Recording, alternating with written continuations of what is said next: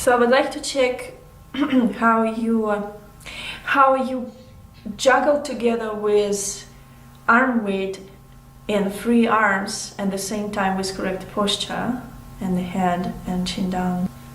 This is very good. I like how it looks like. Yeah. All right, now shoulders and arms and everything loose, no tension in legs.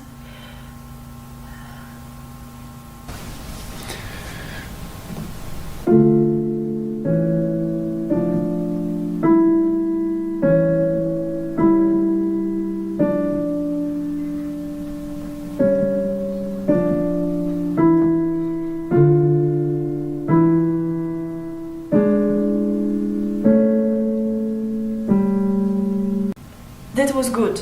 I like your neck right now, and in the last lesson I could still feel that the desire to keep your torso still and a little bit strange position, new position of your neck would also provoke this kind of stiffness in your shoulders and arms. But now it's so much better. Now it's all balanced and you intonate and with arm weight and you connect that both sensations together, and yeah, everything flows. So far, so good. Did you have questions? Yeah. So when you played just now, were you also trying to imagine the sound? Yes, I tried, but I still have this blank state of mind. Especially at the beginning, I still have this, because I don't have absolute pitch. When I see the score, and even if I have the more of this, if I have a little anxiety because I have to play, I just I don't hear anything, and my hands just like automatically go beyond, go forward, and I just go them. But then in the process, I correct this, and I got this sensation. Just a little story from my life. Maybe I mentioned that already before. For you guys, it's so easy because I actually prepared everything so everyone can develop it in such a laid-back way, comfortable way. When I had to do that, it was not only research, but I was still studying in conservatory, and I remember that I faced the problem of imagining both hands continuously for maybe one line, and I struggled to do that for some weeks. And the piece I had to do that was the first ballad by Chopin. Emma, it's so nice to hear this, because so, and I remember I did it in the train. I was taking train from Krylatskaya to the center. Krylatskaya is where I lived, and it was like a 40 minutes train, and I would just sit there and I would just keep imagining, and then all of a sudden I was just pushing it through, and the sound just didn't last, didn't go, didn't connect, but I was just keep doing it. I closed my eyes, I kept doing it, and then like the branches of the tree were connected, and I was able to connect and imagine continuously both hands together in the 3 bars of the first line of ballet. And I was like, wow. And then this was just huge relief in my mind because it was so much work. So for yes, you, I'm very to work with Schaefer. And also you don't have any deadlines. And I had to prepare my ballet for, exam in a month. So, all right. Can you just tell me what is position change notes? Why do we need it? Position change notes is the notes on where we do elbow movement to shift the position, to change the position. Shift the hands for changing the position. And why do we need to do that? Because if we don't do this, our hand would straight in this open position. So we do this in purpose of keeping the hand closed position. And why do we need to relaxed? Okay, to feel relaxed, right? So then we can play faster, more powerful, and with more stamina, and not experiencing any unhealthy discomfort. Okay, unhealthy tension. Good. So in the previous lesson, we learned first how to find positions and mark them with brackets.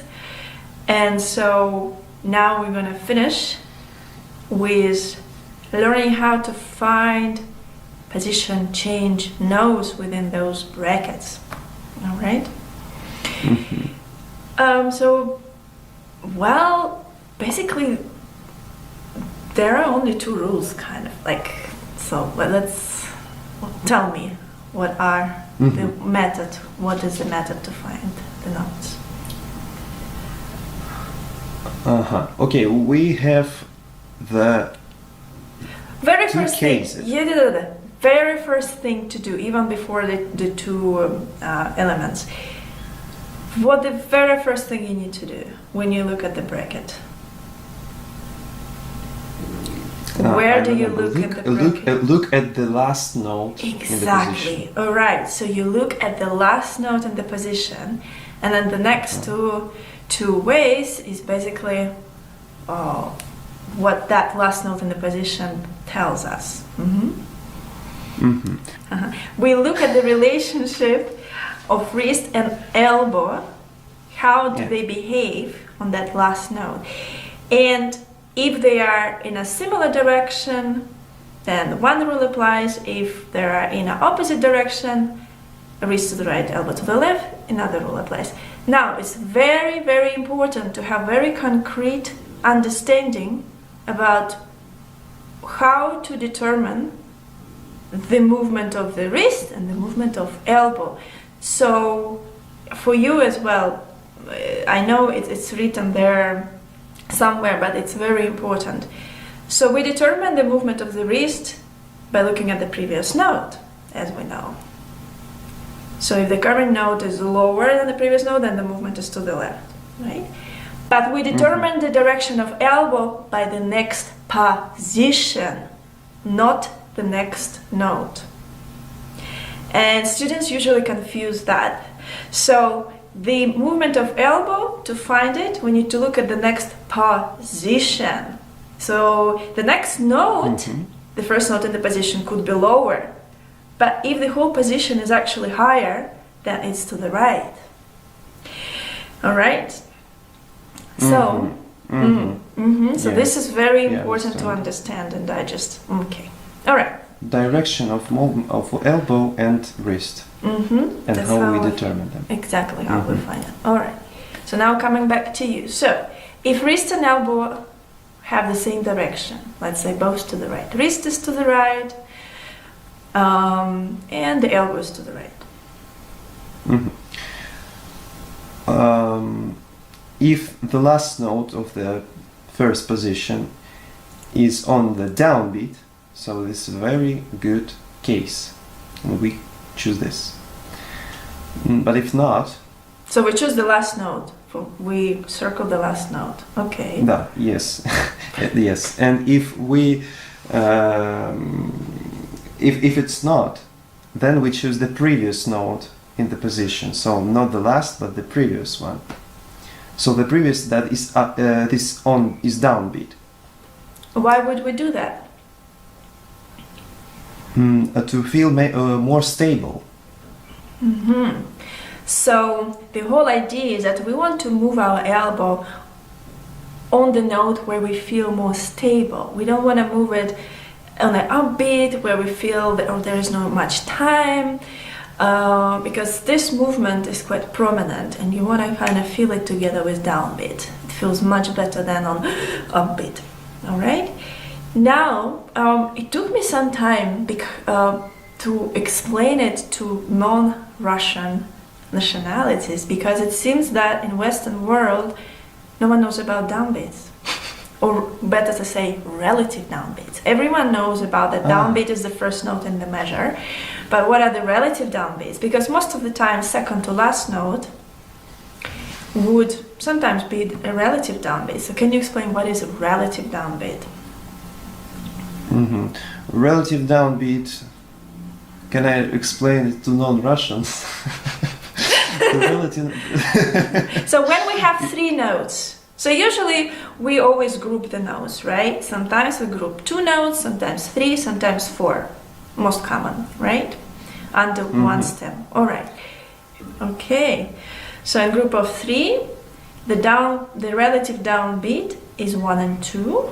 In group of 4, relative downbeat is 1 and 3. Okay? All right. So that's the idea. And so when we choose the note that is on relative downbeat, especially if it's played with a stronger finger, 1, 2, or 3, or maybe we are also so lucky that that note also have a similar wrist and elbow motion, it's almost like a perfect example, but that doesn't really happen often. Most of the time, downbeat would be with opposite wrist elbow, or downbeat will be with a weak finger. So it's a kind of like a combination here. But, okay. So, if the last note in similar wrist elbow motion, then we choose the last note in the position as a position change note if it's on downbeat or relative downbeat to feel stable when we move elbow.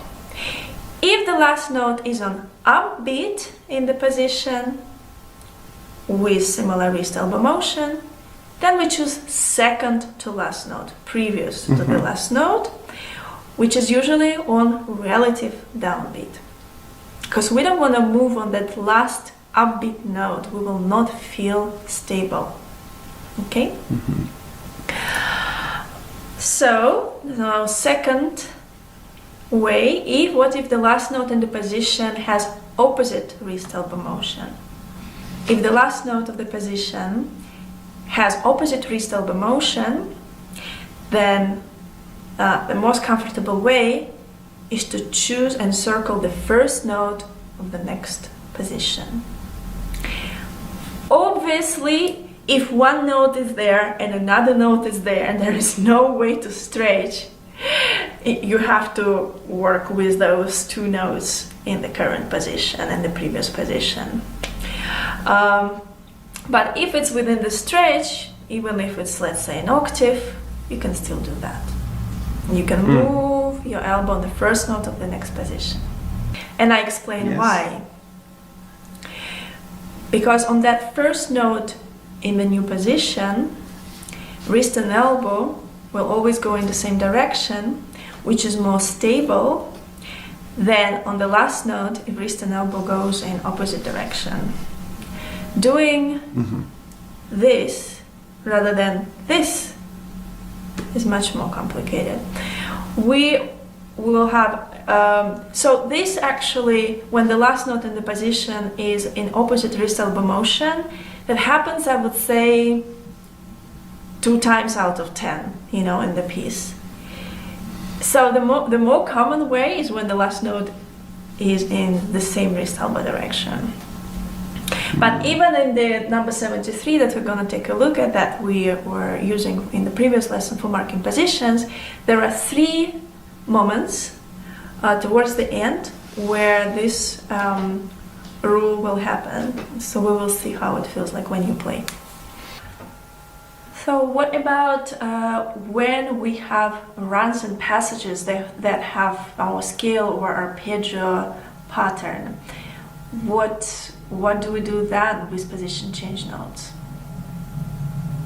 We skip the step of determining the position and we choose only downbeats and relative downbeats. If we have the change in the direction of the scale, sudden change and big run again, in other direction, we choose the first note of this changing run. So for example, we choose the first note of the run that goes in different direction. We choose the first note that shift direction to another, that shift the scale to another direction. When we have similar pattern, we choose those notes that are both in both hands the same notes. So our hands would move our elbows simultaneously at the same time. Motion etude is a very good example, but again, why we do that, what's behind it, is because it's much easier to control this way. Do you have to feel impulse in both hands at the same time? So only one note in the position, so we're moving elbow right there. The last note in this position, C, wrist to the left and elbow is also to the left because we're going lower towards the next position. We have a choice of two notes. It could be the last note or second to last. Now this last note is on upbeat. That's why probably we need to choose second to last note. Then on D, we're gonna move our elbow to the left, and while it's moving, we're also gonna grab that C to the left. This is how it's gonna look like.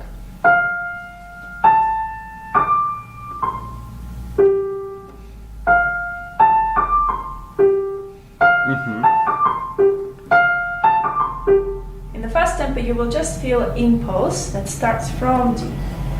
And this will help us to feel very comfortable and not doing this instead.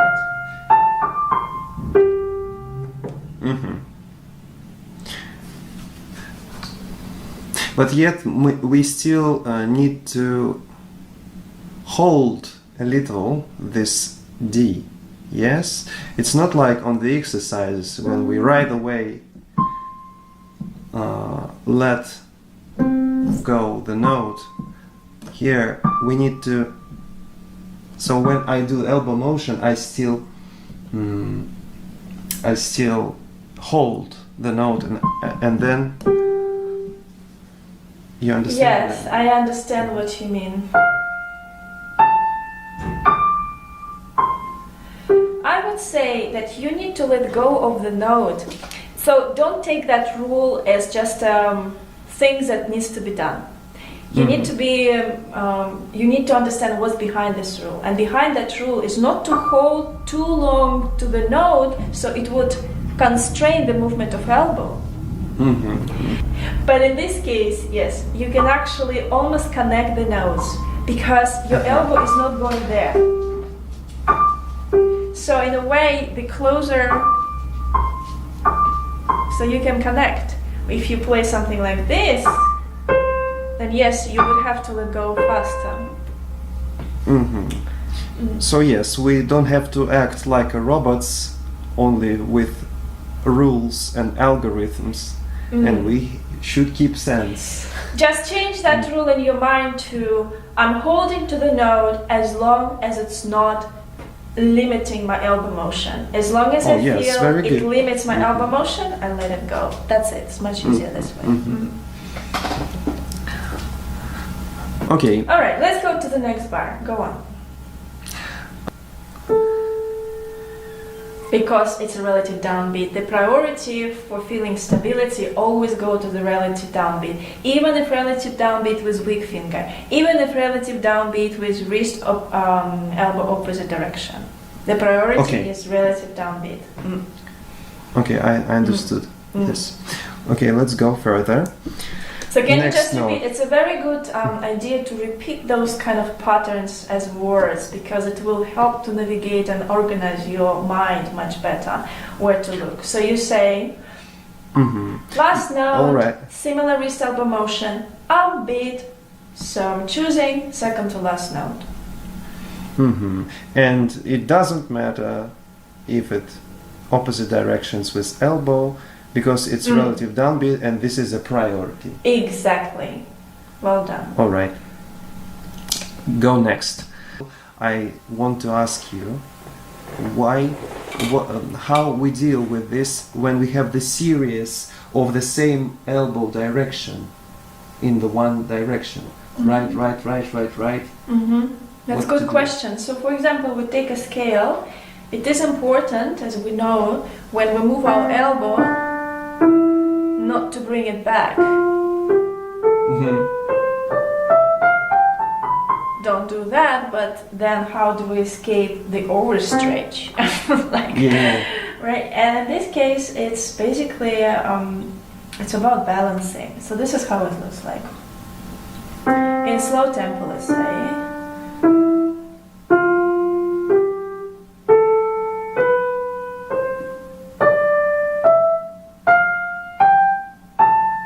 Then you move your torso if you go further. But let's see what's gonna happen when I'm gonna play faster. Faster.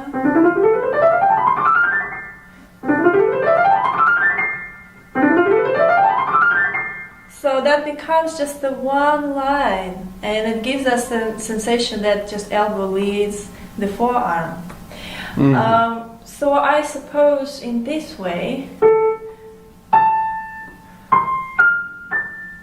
I don't feel any strange tension.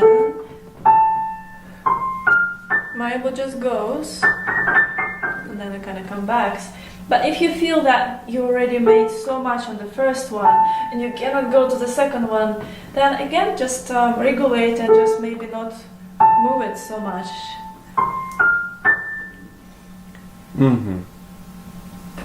Yes, because I remember this idea always to keep large elbow jumping, even though we have the closed notes. I think again I should explain what's behind this suggestion. Is that most of the time students don't make it enough. Yeah, so most of the time they feel, oh, this is a very small jump, so I just move it a little bit, and it's not enough. You can actually move more and still feel good. So in your case, it's all right. Don't make it too much. So give yourself the room. Don't make that. Not too little, not too many. Yes. Exactly. It works both ways, actually.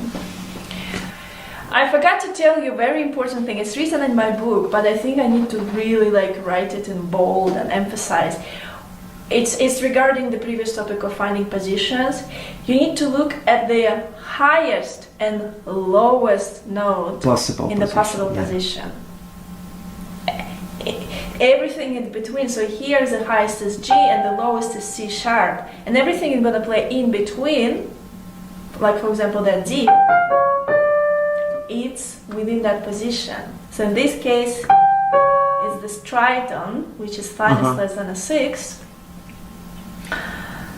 So always look at the highest and lowest note in the possible position. If it's 6, fine. If it's more, not fine. I just took this in a little another way. I just imagine that we may have the lower border, the maximum is the note B flat. It's if we 6, yes, and all the notes are inside these borders, so it's one. Yeah, okay.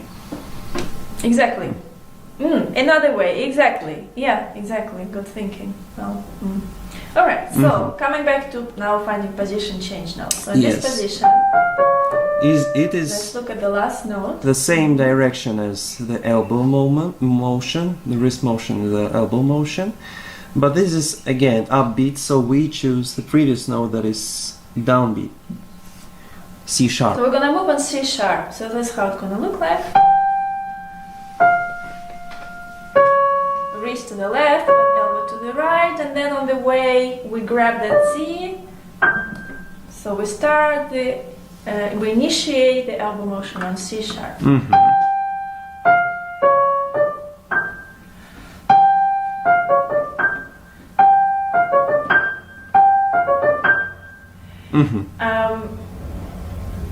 All right. Next one. No, first look at the last note. It's E.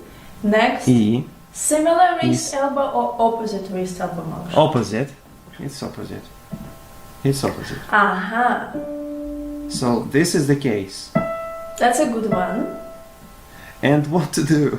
And this is what I mentioned in the beginning of the lesson. Of course, if, for example, you need to play then something like here, then yes, you would choose the first note of the next position, which is A. And because here we have it's impossible. Again, it's not just a stupid rule. Yes. It's like you cannot do that. So it's that leap where you actually have to just jump. So you have to choose the last note of the position. But to give you an example where it's different, look at the line 2, the last bar. To satisfy you, how does it work? Okay, so we have this position,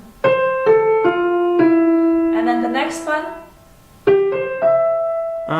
Okay, so this E, the last note, is wrist, elbow opposite direction, wrist to the left, elbow to the right, and it's very easy to choose that G as a first note in the next position to move our elbow and feel very comfortable. Yes, I totally agree with this. And I think it's necessary to just add. It's necessary to add a little notice about this rule. It's a little exception. Yeah. Because it's very important that we can do this only on small. Exactly. If you cannot reach it with your fingers, basically, if you cannot reach it with your fingers, then you have to choose the last note in the current position. Good. Here. Like you think, okay, but let's just say everything in order. So the last note, opposite wrist elbow motion. So by the rule, we should choose the first note of the next position, but we cannot reach this with our fingers. So another exception, so we have to choose the last note of the current position. Here. Very good. Yes. So this is our position. The last note is D sharp. Same wrist elbow motion, but it's on downbeat, so we're choosing that last note. And when we play,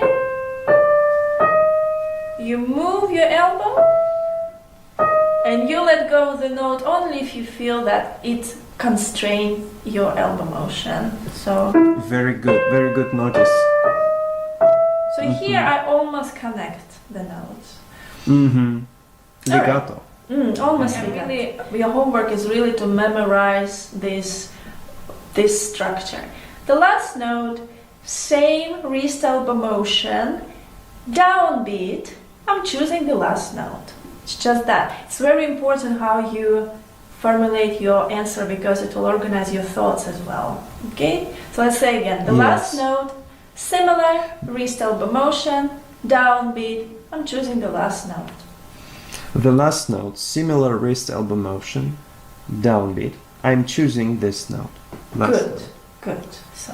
Okay, let's go further. Last note, different direction, opposite direction, wrist elbow motion. And the interval is short. That's why I choose the note of the second position. You can choose the first note of the next position.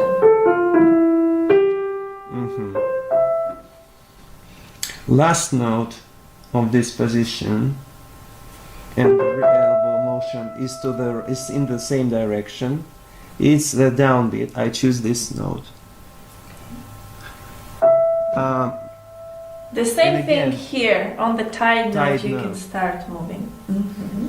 And I choose on tied note. Yeah. Yep. Okay. Go further.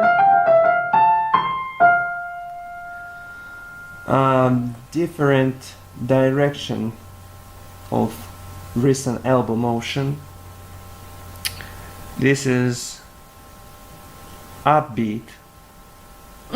No. Different direction. There is no more about upbeat and downbeat. Then you look. Can you reach it with your finger or not? And you can. So in this case, you can move on the first note of the next position. So. I feel joy. Yes, okay, let's go for it.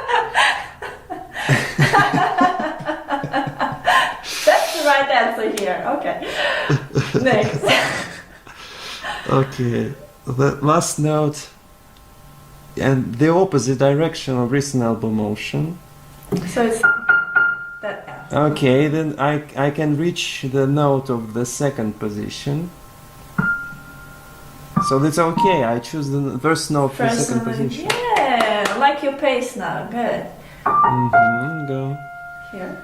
And that last note and the same wrist and elbow direction. It's the downbeat. I choose this note, but it's tie note, so I choose the note that is 8th note, not the quarter note. Good. Here. And the last note of second position is opposite wrist and elbow movement direction. Again, I can reach with my finger and I feel joy and I choose this. I go further. Last note is the same direction, wrist and elbow movements. It's an upbeat and I choose this tie note, I guess. So it's this one. This is one position. Okay, right. Then the same direction, the downbeat, I choose the last note. Good. Then opposite directions, opposite. I can reach with my finger. Oh, wow, it's very, very, very easy. Yeah, I told you. Good. Now? Okay. And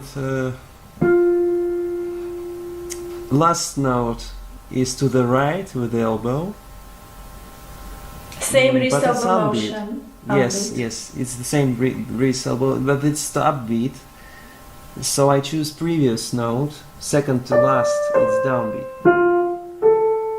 Good. And then again, opposite wrist movement, and I can reach it with my finger. So you're moving? Well, All right. Okay. So I'll play for you how it would look like if I play, yeah, with elbow motion. Then we take a look at you. Okay.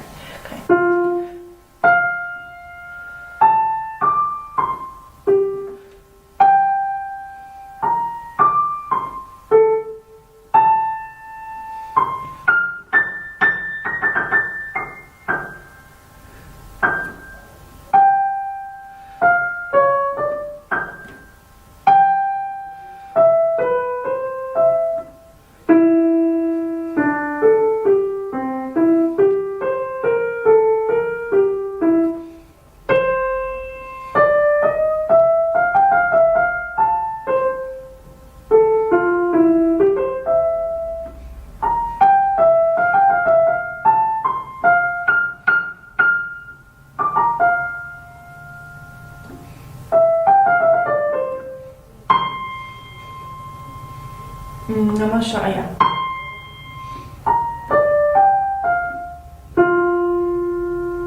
And here, because the positions are not written in the score, so I'm confused. Moving here. yours not. I don't written, have, so you no, just- yeah, I don't have. So what we decided, to reach here, okay.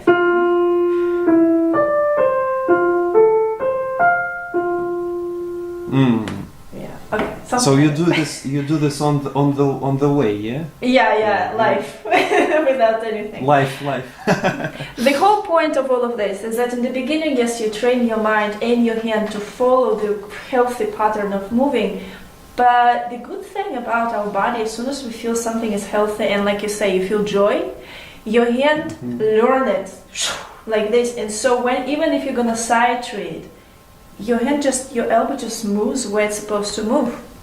And in fact, to come up with all that simplified rule, it took me years, only because I was trying to actually analyze what I do with my elbow and then put it in a simple rule. I did not create the rule and then I was using elbow. Well, maybe, but like in the beginning, But to crystallize it to a more simple and clear way, at some point I actually started to just sight reading and just to kind of feel, oh, why did I move elbow here? And why did I move elbow there? And then again, that would bring me back to initial rule and upgrade it and make it much easier to understand. Mm-hmm. This very powerful technique, so speeding up. Now I understand why it's important to have this algorithm in your mind. Last note, direction, choosing upbeat or choosing downbeat.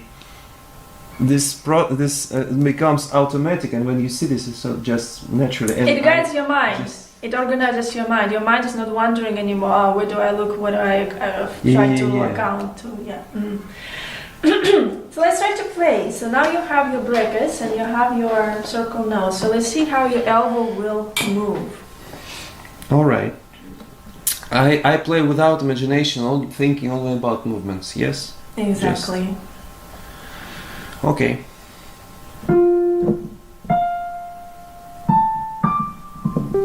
I suggest to slow down. Just make sure that your it looks okay. Just make sure that you feel comfortable in your mind. You're not rushing in your mind after your hands, right?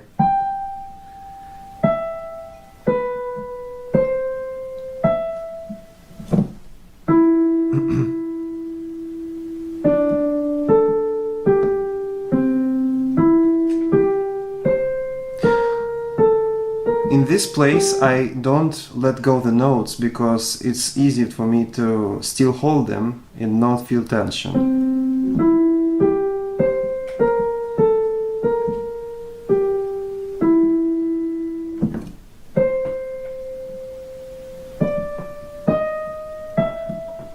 Yes, it's very pleasant to play.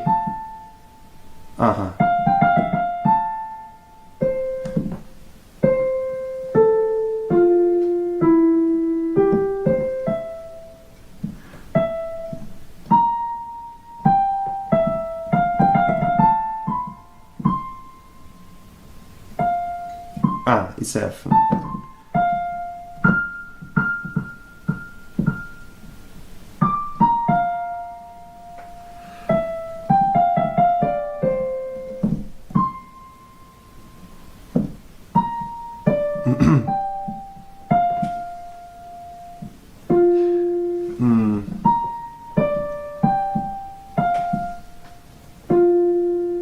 Here.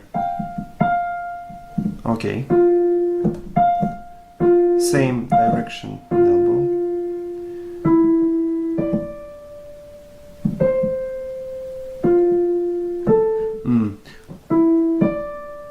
I need to check this.